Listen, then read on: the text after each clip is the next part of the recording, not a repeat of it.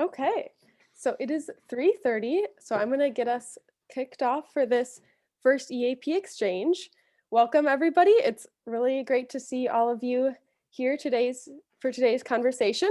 My name is Colleen Schmidt, and I'm the Engagement Coordinator for the EAP program. On behalf of EAP Chair, Professor Rob Annex, EAP Engagement Lead, Professor Tracy Holloway, and the whole EAP team, I'm so excited to begin today's event. The EAP Exchange is a free public webinar series hosted by the Energy Analysis and Policy Graduate Certificate Program at the University of Wisconsin-Madison. EAP provides interdisciplinary education and a sense of community and prepares tomorrow's energy leaders.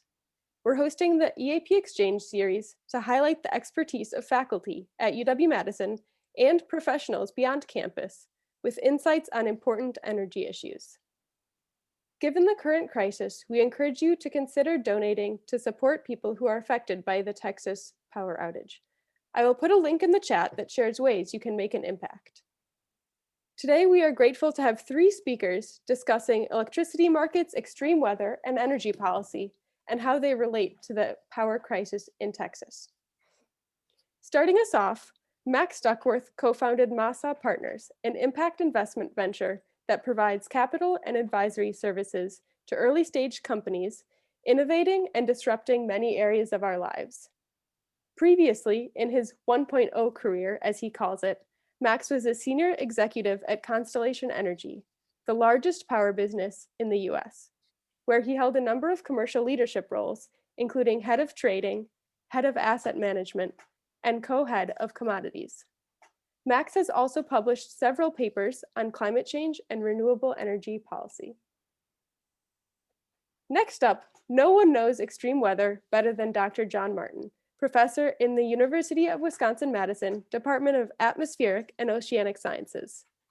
In addition to running an active research group on weather systems, John is an award-winning instructor and a local celebrity as one of the weather guys with regular contributions to Wisconsin Public Radio and the Wisconsin State Journal.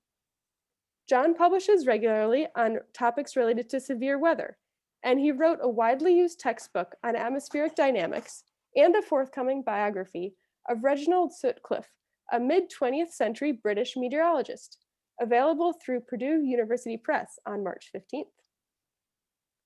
And finally, from power plant technology to international energy policy, Dr. Morgan Edwards brings an interdisciplinary expertise to complex energy challenges. An assistant professor in the La Follette School of Public Affairs at UW-Madison, Morgan completed her PhD at MIT and postdoc at the University of Maryland, and has been recognized with a wide variety of awards, including an NSF Fellowship and the MIT Presidential Fellowship. Morgan actively publishes in the areas of energy infrastructure change and climate policy. Max will be giving about 15 minutes of prepared remarks, followed by shorter comments by John and Morgan. Questions and discussion will take place after all 3 speakers. Please write your questions using the Q&A function at any time. I will see them and will ask your questions to our speakers during the second half of the webinar. Max, John, and Morgan, in the interest of making sure there's lots of time for conversation, I'll give you each a 1-minute warning and let you know when you've reached your time. Thank you all for choosing to spend your Friday afternoon talking about the power crisis in Texas. Take it away, Max. Thanks very much, Colleen, for those kind words. Good afternoon to everybody who's joined. Really appreciate you spending this lovely Friday afternoon with us. Great pleasure to be here, and also a privilege to participate on this panel with distinguished UW faculty, Professor Martin and Professor Edwards.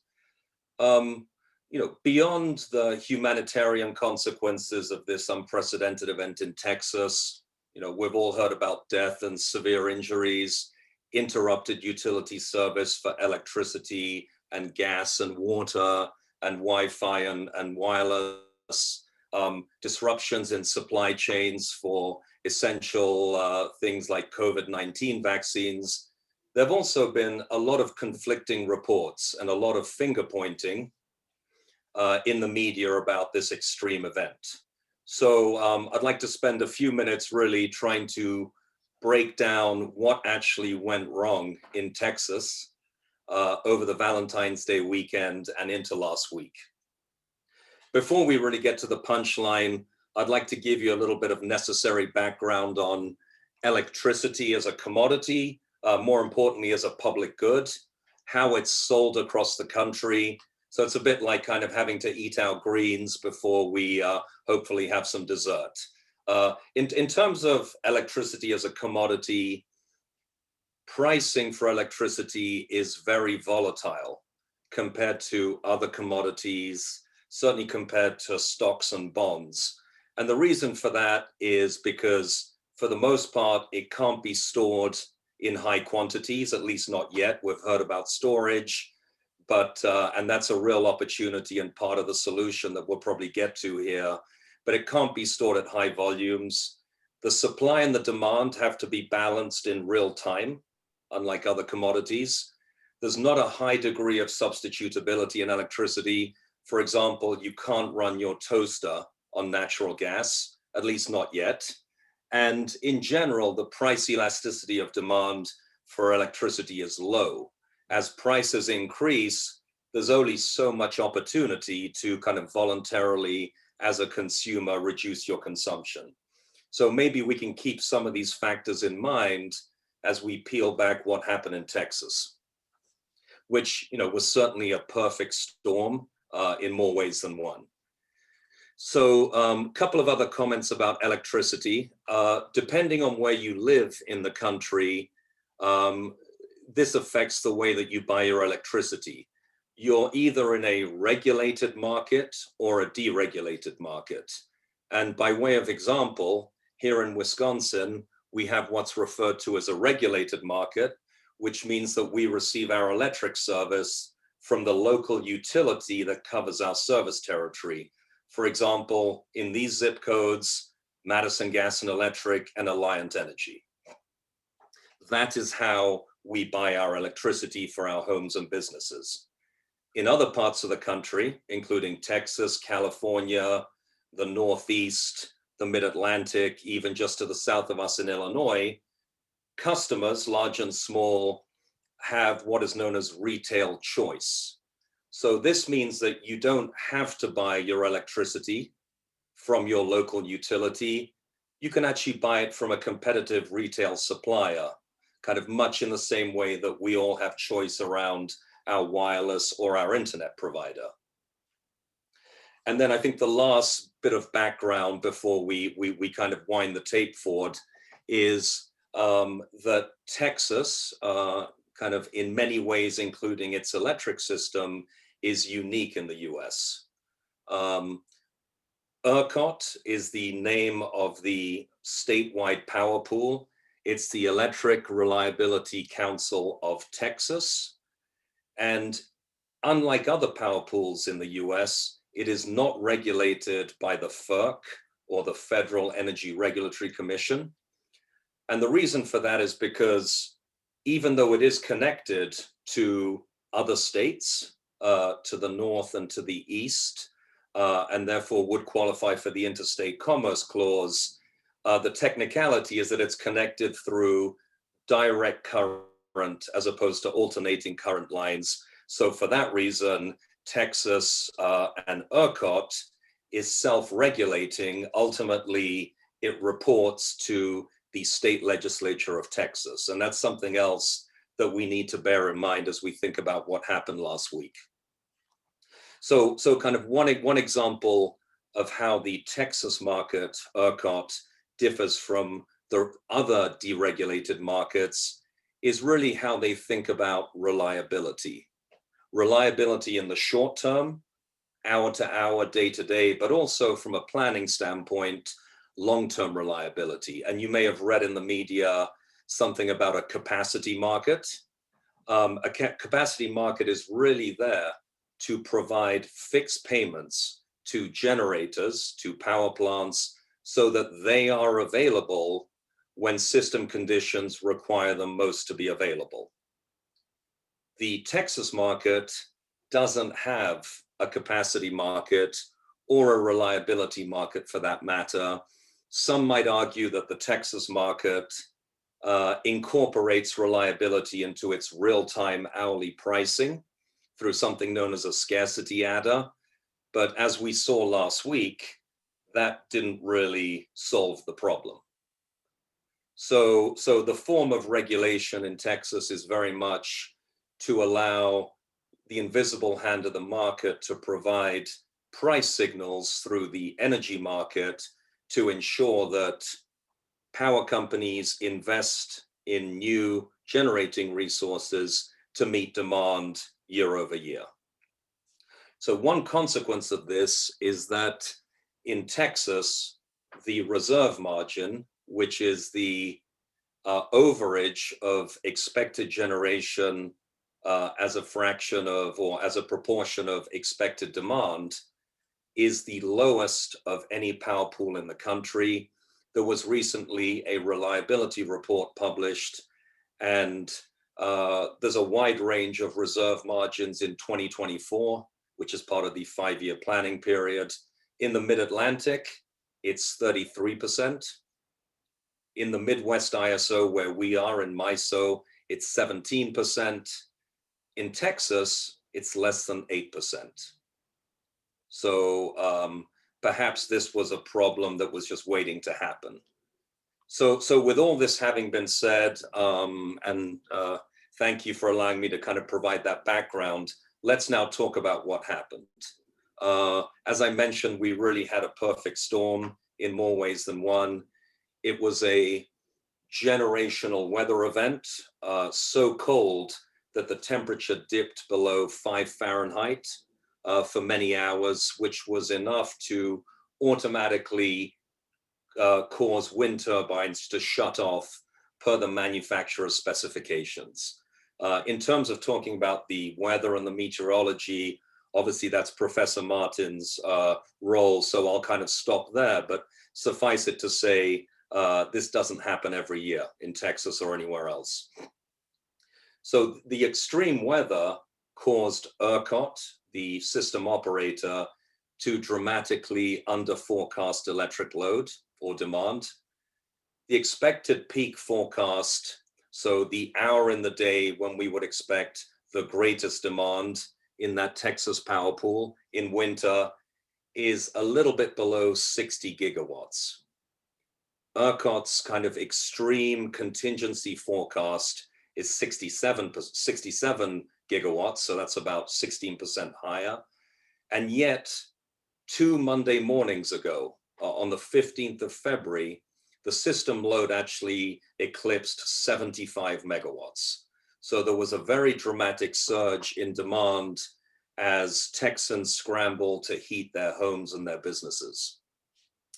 At the same time, in these same hours and days, there was a massive shortage of generating resources available.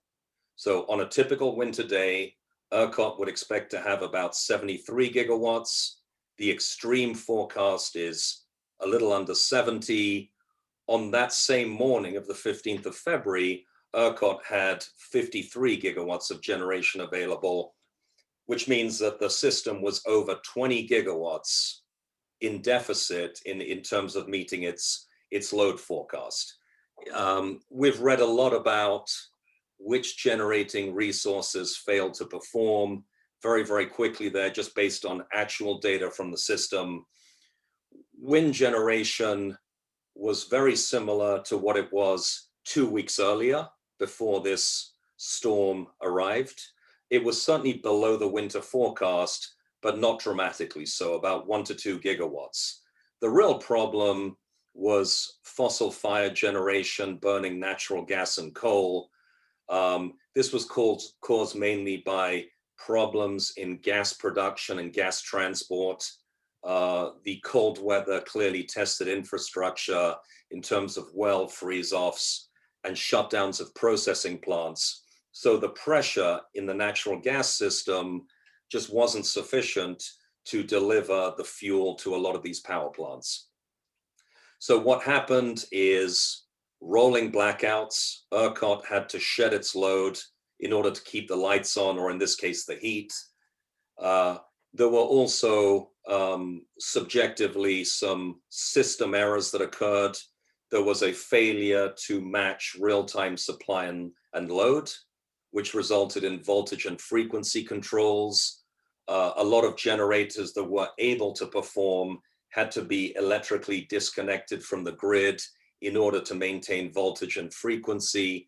And in fact, in the days after these acute events, we heard that we were literally this close to a catastrophic blackout in Urcot, very similar, if you remember, to the blackout that occurred in the northeast quadrant of the US in 2003. That spanned all the way from the Great Lakes to New England and down to the middle of the country. So that's what happened. Prices, as I'm sure you've read, were astronomical, back to the points made about the volatility of electricity. The fuel, the main fuel or feedstock to power plants, natural gas, those prices in Texas and Oklahoma, and even as far west as Southern California, were in the 3 digits, hundreds of dollars per MMBTU. At this time of year, even if it's cold, you'd expect those prices to be $10 per MMBTU. So we're talking orders of magnitude. And what that translated into were electricity prices in some hours as high as $9,000 per megawatt hour. So a very extreme event. There's a lot more to talk about here in terms of Urcot's role and how prices were set. Perhaps we can defer that to the Q&A. And I think in the interest of time, wanting to make sure that I hand off to Professor Martin, you know, the kind of implications for market participants and for the Urcot power pool are still kind of being thought through. It's not clear who the winners and losers were because the prices are still being calculated and the settlements for market participants are still being totted up. But that's also something I'd be happy to touch on in the Q&A.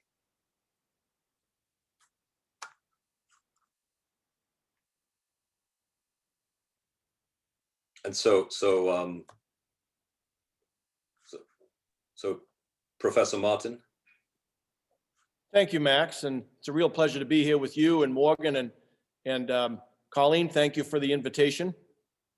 Like all highly impactful weather events, the recent prolonged Arctic outbreak was the result of a number of interrelated physical factors whose synergy accounted for the record-setting weather experienced by a number of locations across the central plains of the United States around and after Valentine's Day. The fact that these physical circumstances only rarely act in such concert accounts for the relative rarity of the kind of weather that was just experienced by millions of our fellow citizens. We live in the lowest portion of the Earth's atmosphere, known as the troposphere, which stretches from the surface of the planet to approximately 6 miles or so above it during the winter. Now, above the troposphere is the next layer of the atmosphere, known as the stratosphere. And these layers are separated by a relatively thin but nearly continuous boundary called the tropopause, which houses the jet streams and links the circulations of the troposphere and stratosphere. During the winter, this linkage can be particularly strong, and interactions between the stratosphere and troposphere can result in the production of cold air outbreaks like the one we just experienced. And that's because as the sun sets at the North Pole in late September, the hemisphere gradually begins to cool. And this cooling induces the development of what is known as the polar vortex in the lower stratosphere. And this vortex is a ring of strong west to east winds that circles the globe and gains strength as the high latitudes get colder. Now, in its average state, the polar vortex is nearly centered on the North Pole itself. Wave energy from the many storms that populate the underlying troposphere during the winter can disrupt this polar vortex and can even force a displacement of its core off of the pole. And since the coldest air in the troposphere often lies directly beneath the vortex core, such displacements can result in export of extremely cold air to more southern latitudes, And such an event occurred during the month of January this year and set up a cross-pole flow from Siberia to Canada in the troposphere. And that kind of flow enables air that has been cooled by the continuous polar night to make a quick excursion southward over central North America. And that represented ingredient one for the recent disaster in Texas. Meanwhile, in the underlying troposphere, a series of initially weak waves in the flow emerged out of the Gulf of Alaska in the first days of February. Now, such waves are not at all unusual, but their exact paths are also not regular. This variability, in fact, accounts for the day-to-day variability of the weather over the continent and over the whole globe. It just so happened that these waves approached the west coast of the United States at the same time that the excursion of Arctic air, mobilized by the larger forces I just described, was headed southward along the eastern slopes of the Rocky Mountains.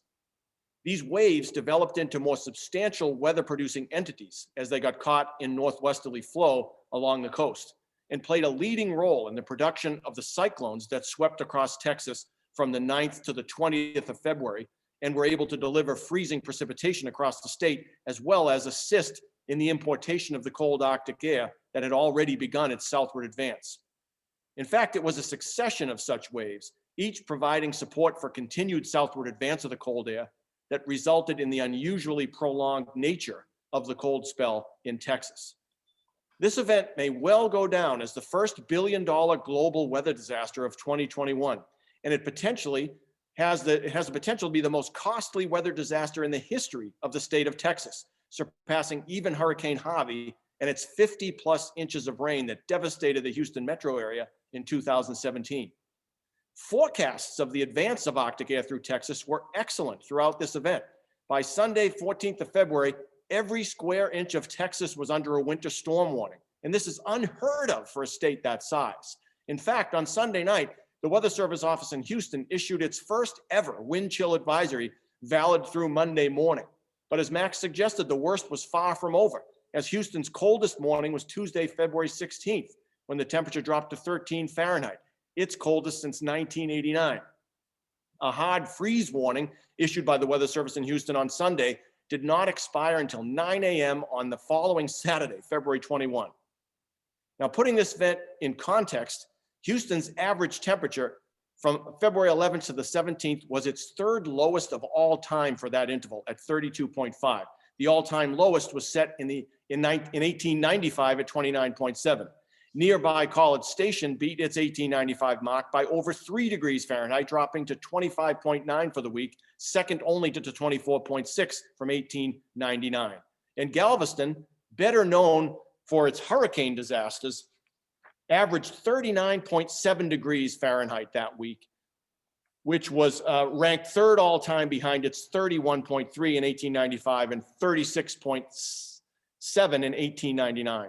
So in terms of its aerial extent and the intensity, it's safe to say that this Texas cold event has simply not seen its equal in the last 100 years. And I think now we'll go to Morgan. All right, thank you so much. And thank you to Colleen and EAP for having me. It's great to be here today. And I'm really looking forward to having an important conversation, both with my fellow panelists and with everybody here in the audience. And I wanted to first begin by acknowledging the massive toll that this crisis has taken on the people of Texas. And so we've talked a little bit about the engineering and the regulatory and the climate dimensions of this disaster. And those are all really important. But as a professor of public policy, I'm also reminded that the real disaster isn't the failure of these systems themselves, but the things that they cause. So the lack of heat and freezing temperatures, the lack of access to clean water, impassable roadways that prevent people from getting help when they need it. And so it's important to focus on these human impacts as we think about potential policy responses. And we also know that disasters like the one in Texas make existing inequalities worse. So Robert Bullard, the father of environmental justice, says that low-income communities and communities of color are hit first and suffer longest in disasters. And we'll continue to learn more about what happened specifically in Texas. But history has shown us that there are income and racial disparities in who loses power and who is reconnected first. And these injustices don't happen in isolation. So they're part of a broader pattern of inequality in resources and infrastructure investments.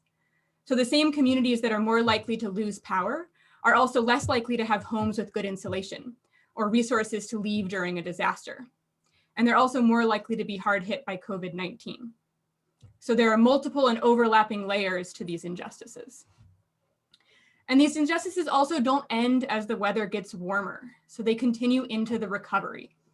So some of my work on natural gas explosions, for example, shows that wealthy households are able to return to normal very quickly after disasters. And so if an appliance like a water heater is damaged, they can just go out and buy a new one. But for low-income households, that might not be an option. And even if there are government programs available, people who can afford to put down money first, rather than having to wait and then wait for reimbursement, can afford to get back to normal more quickly. So another unique situation in Texas, and part of a challenge we're seeing, is the flexible electricity pricing structure. So we're already seeing reports of very high electricity bills, and those bills can be devastating, especially for those who are already under energy stress. So even in normal times, studies suggest that a third of households in the US have trouble paying their energy bills. And of those, half identify as Black. So again, we're seeing huge racial disparities in how we respond to energy and climate crises. So from a policy perspective, I think we need to focus on three things. First, getting resources to communities as they recover. Second, making our infrastructure more resilient to extreme weather. And third, planning for the next disaster. And so at some level, we know the kinds of infrastructure upgrades that could happen in this case. So we deal with these kinds of cold weather conditions here in the Midwest all the time. But the issue is that these were outside of the conditions that Texas was planning for. And with climate change, this isn't just a planning challenge for Texas.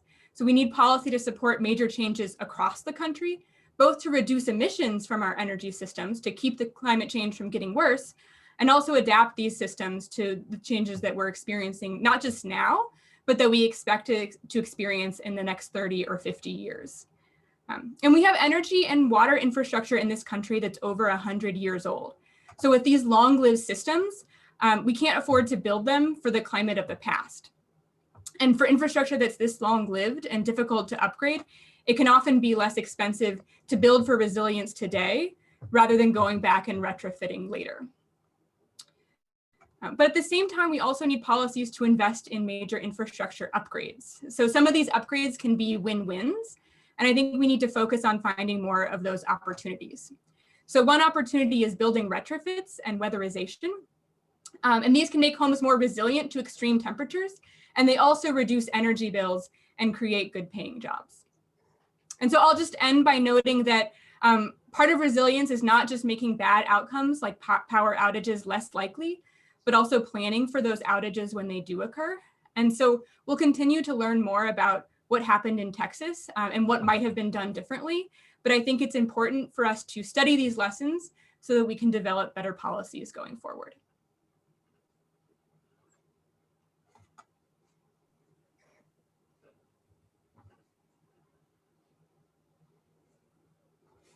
Wonderful comments. I am going to first give you the opportunity if any of you have comments to add about what each other said, and then we have some questions coming in from the audience that we can dive into. But first, I'll just pause for a moment to see if you have anything to say. Yeah, maybe I can just read something. One should never read in a talk, but I'm actually looking at a report from the Public Utility Commission of Texas.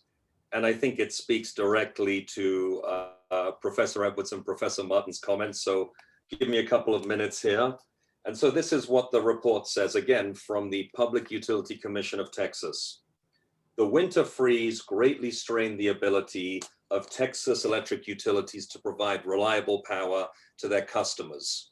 Record and near record low temperatures were felt throughout the state, resulting in a significantly increased demand for electric power. At the same time, that demand was increasing weather-related equipment malfunctions were causing generating units to trip offline. As a result, the state suffered widespread rolling blackouts and near loss of the entire Urcot electric grid. I will spare you the rest of the report, but I'd just like to point out that this report was published in early 1990 after a severe weather event in 1989 that Professor Martin might remember. Yep, absolutely. The two most recent examples of such cold weather, not extensive over the entire state of Texas, were 1989 and 2011. So lessons could well have been learned from recent less drastic events. And we know that the Urcot grid has been skating on thin ice, so to speak, on several occasions, including 89 and 2011. And it's not just a winter phenomenon, it's also a summer phenomenon.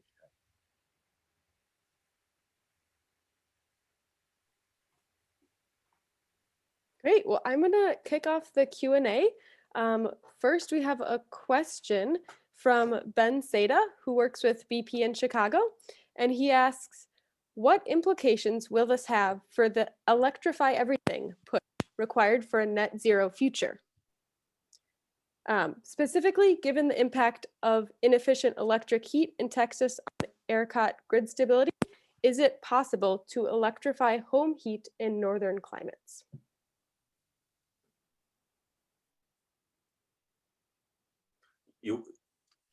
I can take a stab at that one. So, I think there are two somewhat separate questions about decarbonizing our electricity system. So one is what caused the events of Texas, and then the other is what might things have been like with a different kind of grid. And so specifically to inefficient electric heat, I think many of the proposals going forward are for more efficient kinds of electric heating. So I don't think it's an appropriate comparison necessarily to talk about inefficient electric heating when we talk about what might happen going forward.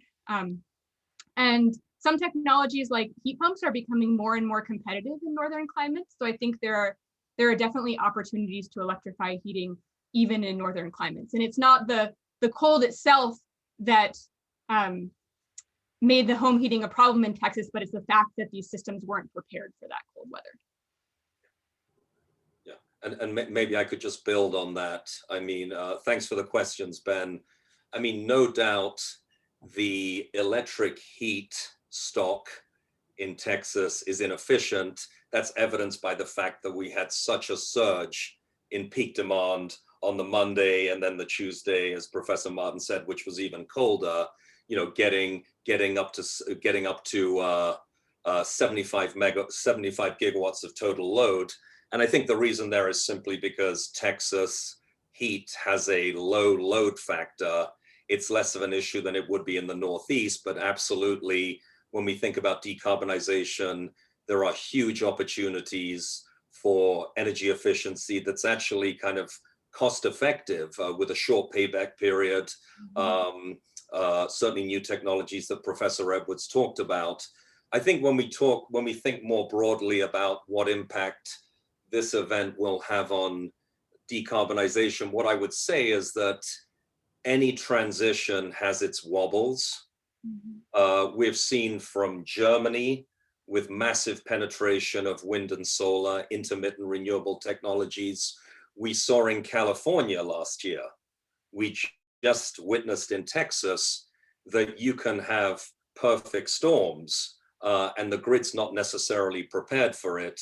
I think what I would say is that the costs of kind of reducing the wobbles on our transition to a decarbonized future are not prohibitive. If you look at the total electric rates paid by Texan customers over the last 10 years or 20 years, even factoring in this event, whereas Professor Edwards said some customers were faced with $10,000 electric bills, they're still ahead. Texan prices have still been below the national average, even when you factor in this event. So all of this is just to say that as we embark on this transition and we're bringing new technologies, distributed renewable resources, storage, we're going to change the load profile with electric vehicles. There are going to be all sorts of technological and engineering shifts. We do need to continue to think about reliability. And so in my view, a capacity market or reliability market similar to what other power pools have would have certainly cost consumers and business more money historically, but going forward, it's more likely that it would have helped us to avoid such a catastrophic event.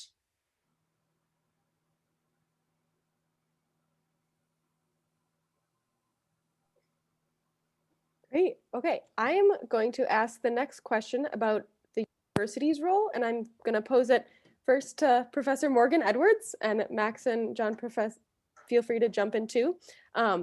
So this question comes from Wes Fell, who is a founding member of EAP. He asks, our campus has some of the best electric grid experts in the country.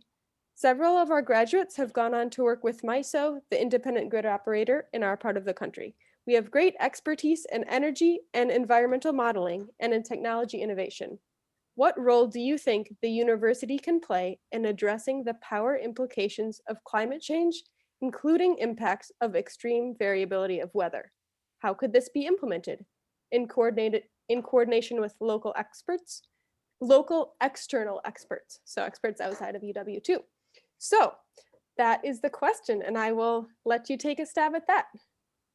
Yeah, and I would say that a place like EAP is actually ideally situated to think about these kinds of problems because as we've seen, even with just the panel that we've assembled here, you can't answer these questions in isolation. You need understanding of energy in the electricity system, but we also saw failures in the water system. And so we need an understanding of planning for water availability. And we also need an understanding of how we might think about planning for extreme weather events. And so those are all different kinds of expertise that have been, traditionally people have been trained in those separately. And I think one of the things that universities can do is start thinking about developing programs like EAP, where we can train people to understand these problems more holistically. Yeah, and if I could, Morgan, without your expertise, I'd just suggest that the university, by its very definition at its foundation, is a test bed. It's a test bed for everything. Every kind of thing that we think about and consider about our place in the universe and our place amongst other human beings. And I think if we could use the university, 60,000 plus people, and its enormously complicated infrastructure as a test bed for how to figure out how to manage electricity and provide it over large scales in really unusual circumstances, then we could scale it up. So if we can prove a proof of concept on the university campus, like the University of Wisconsin, with all these experts, that would be one of the greatest ways we could make a contribution to this problem.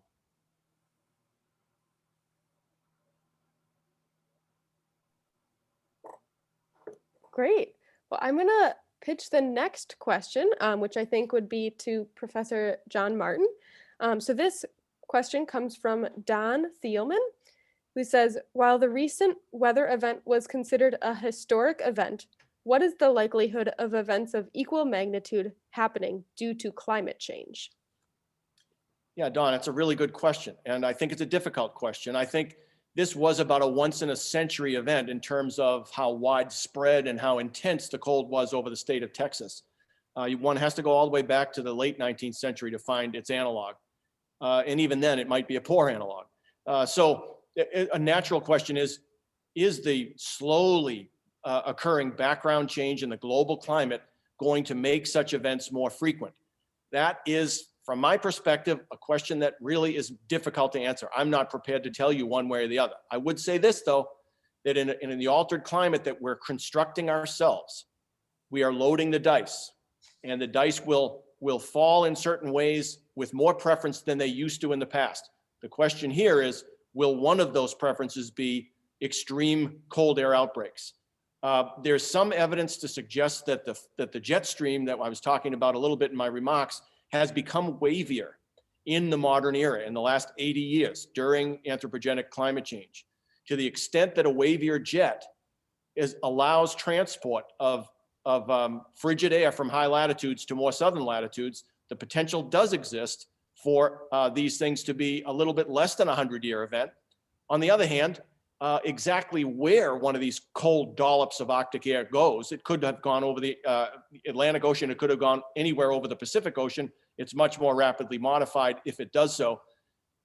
You know, you have to have a target on your back too, and that's the part of the question that I think is a more difficult part to answer. Will it become more frequent over North America? I don't know. Will it become more frequent south of 50 degrees north in the Northern Hemisphere in the wintertime? Probably yes.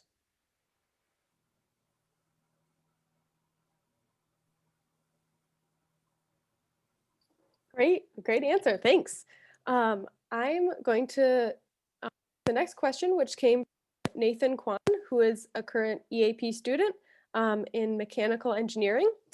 And he asked, what could additional battery storage and offshore wind play in providing additional load to the system if Texas continues as an independent grid? So I think this one is probably for Max first. So Max, if you want to take a stab at answering that question from our EAP student. Yeah, thank you, Colleen. Thank you, Nathan, for the question. It's a very good one. And I like the way at the end you talk about if Texas continues as an independent grid. I like that kind of sting in the tail. Very good. Plenty to talk about there. But in terms of battery storage and offshore wind, we've seen significant offshore wind deployment in Europe, other places around the world. I think there's certainly a significant role there in terms of helping us on our journey towards decarbonization. I alluded to storage earlier. It would have certainly provided a lot of benefit, a lot of capacity stored up to meet these extreme events on the grid. So while these emerging technologies, which are getting to utility scale, we hope sooner rather than later, have a critical role to play, if we just focus on what has happened kind of within the last 7 to 10 days, this was really just a reliability issue. These are natural gas plants, other forms of electric generation that should be able to perform.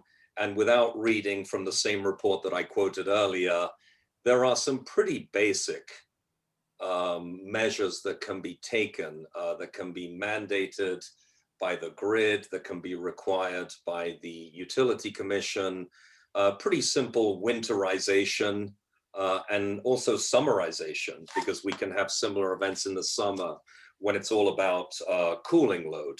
So I think it's really a combination. We need these new technologies to emerge and to get to utility scale, to be cost effective. But there is also a lot of very simple system maintenance, as quoted from this report 30 years ago, that should have been performed.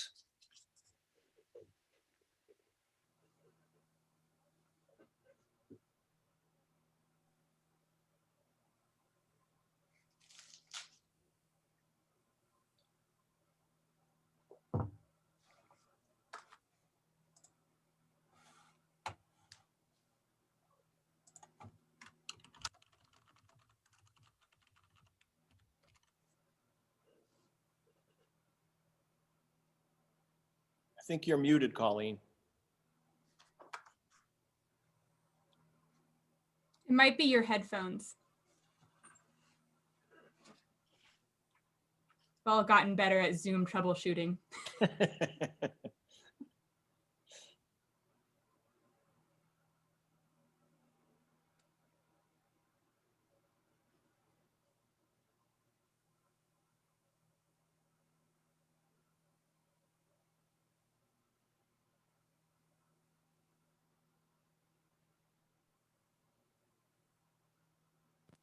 Can you all hear me now?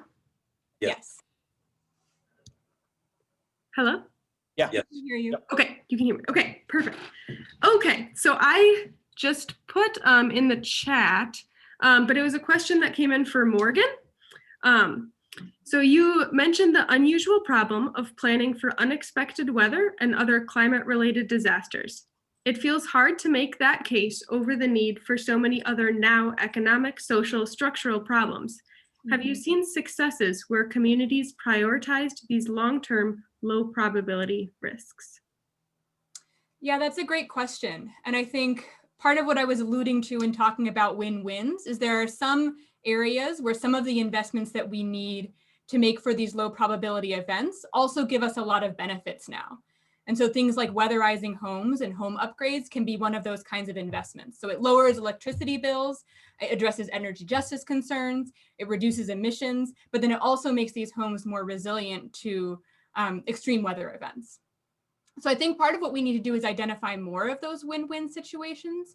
But certainly there can be, a perceived tension between some of these short-term and long-term goals. But what I would also say is that as we make investments towards the transitions that need to happen anyways, we should think about making investments in resilience at the same time.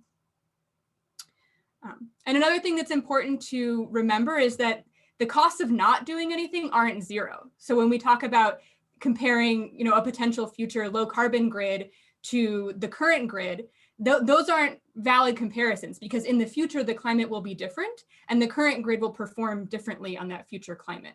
And so that correct comparison is those two grids in the future, not what we see today and a future grid. Great, thanks, Morgan.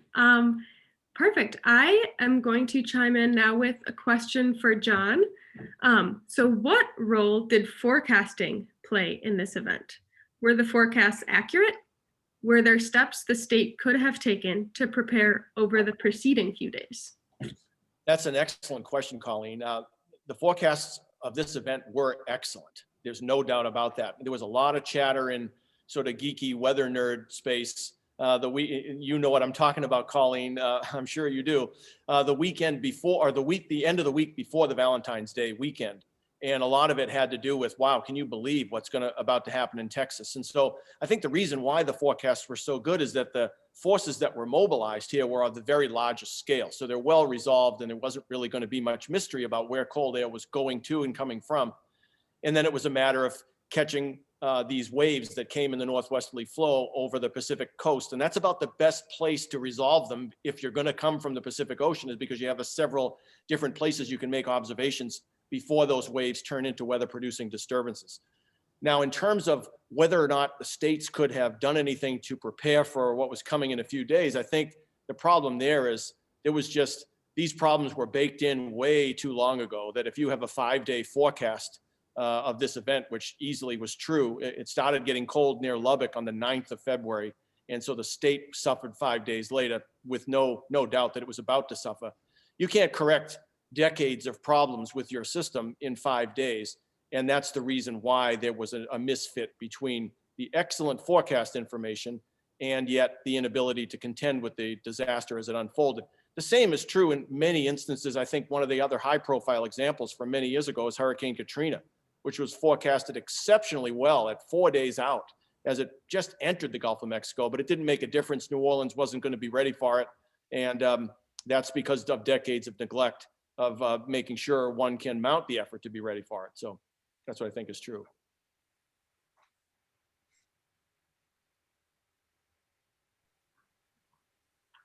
Great. I'm going to now go to a question from David Nagel, who asks, I've heard suggestions that the existing regional grids in the US should be integrated into one US national grid to help shore up reliability. Does that idea make sense? If so, what are the political issues to be addressed? So I'm thinking that would be for Morgan, maybe with the public affairs, or Max. I don't know who wants to take a stab at that question about Texas and a national grid. Yeah, I mean, I can take a stab, and Professor Edwards, please jump in. So I believe that at the end of the day, the various regional power pools and reliability coordinating councils are interconnected. And so Texas has actually been misrepresented over the last couple of weeks in the media. Folks have talked about it being completely separate and isolated from grids to the west, north, and east. That's not the case, as I mentioned earlier, because there are connections into the Southwest Power Pool and other bordering power pools. I think at the end of the day, it's about the challenges are coming from grid resiliency. They're coming from the fact that our grid today, for the most part, was built under a central station paradigm, which means that you typically have large load centers, cities or industrial complexes, and you have large station, or we used to have large station power plants, nuclear, fossil steam, even now more recently natural gas combined cycles. And the topography of the grid very much represents the transmission of supply to meet load in a way that's least constrained. We all know now that it's possible to put solar on your rooftop.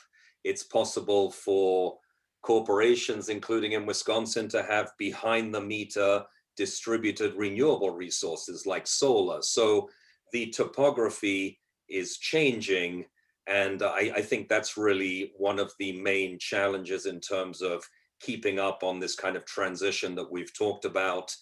At the end of the day, the Federal Energy Regulatory Commission and NERC, which oversees reliability, do have jurisdiction over interstate commerce and over reliability. So I feel as if it's less about a single national grid and more about how we make the grid more robust and have it evolve to keep up with the supply and demand.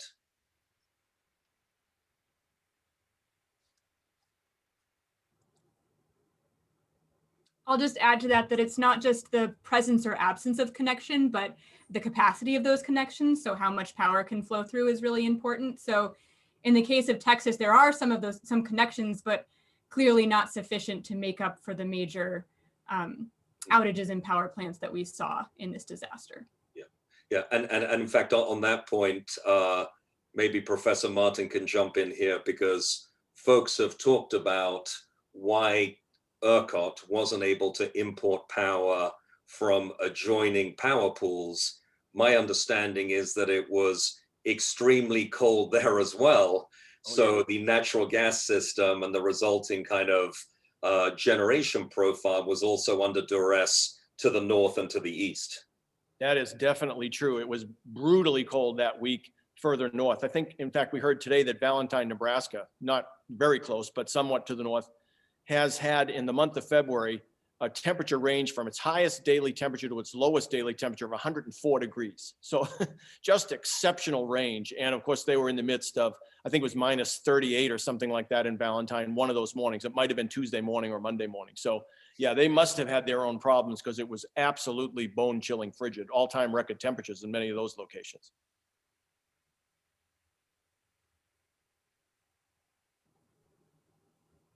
Great. Okay. So we have another question from Marcus Hawkins, who is an EAP alum and the executive director of the Organization of MISO States. And he asks, how do we ensure politics doesn't get in the way of identifying the best solutions? So that's a big, I'm sure there can be a lot to say there. Yeah. Well, as a professor of public policy, I'll say politics is part of the process of identifying good solutions. So we can't just sit here at a university and, declare from a technocratic perspective what we think the best solutions are. So they also depend on politics and communities and broader stakeholder engagement. But I would say one really important area is to address mis and disinformation around the crisis. So we saw, as this crisis was unfolding in Texas, Max mentioned this too. There was sort of a blame game of different technologies. So, oh, was it the wind turbines? No, it was something else. And I think making sure that we can ground whatever solutions we're talking about in evidence will be a really important part of moving forward, because there's a lot that we can learn from this disaster, both on an operational side and also how, how communities responded. Go ahead, Max. No, please, Professor. I was just going to pipe up in defense of the liberal arts on our campus, which is really about the best place to learn how to be a critical, evaluative citizen.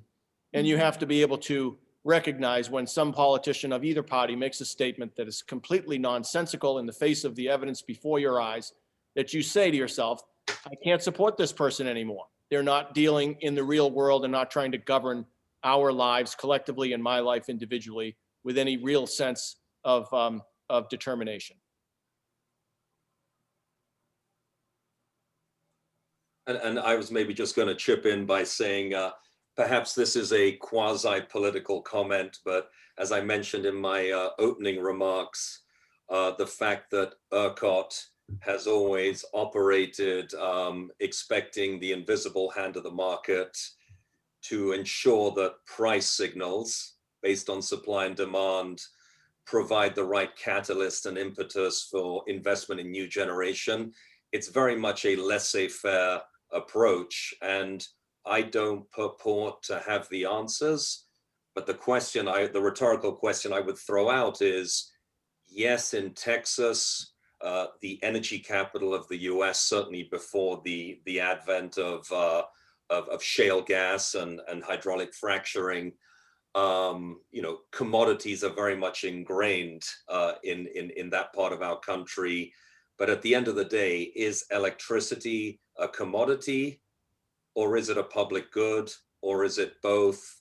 And what does that mean for public policy when, as we've all pointed out, tragically, folks died, acute injuries, massive disruptions, COVID-19 vaccines were delayed or spoiled, etc. Great. Okay. Well, thank you. We have just a few minutes left, so I'm going to ask one final question before we wrap up. And this question comes from Ghassan, who is a PhD student in the EAP certificate and also the Atmospheric and Oceanic Sciences Department. So she asks, how should we make infrastructures more resilient to future extreme weather when we need to consider the rising mean and extreme temperatures, and at the same time include such rare cold events? There are two totally opposite situations. So I'll pipe in first that Ghassan is supposed to tell us the answer to this question in her dissertation. So I hope to learn more about it from you, Ghassan. But I'll say, I think we can think about different kinds of responses to different types of infrastructure. So I mentioned there are some kinds of infrastructure like pipelines that are really difficult to replace once they're installed. And those are the kinds of things that we should try to prepare for extreme temperatures at the point where we're installing new infrastructure. And in the case of infrastructure that already exists, think about a sensible way to upgrade at least the infrastructure that we expect to be there going into the future. But there are other cases where we might be able to combine those planning for those worst case events with a more flexible design approach. So there are some cases, for example, with operations, where we might consider, are there ways that we can design our systems so that we can respond more flexibly as we learn more about the future over time? And I think which of those responses we take will vary across the different kinds of infrastructure. We saw many different kinds of infrastructure failures in the Texas disaster.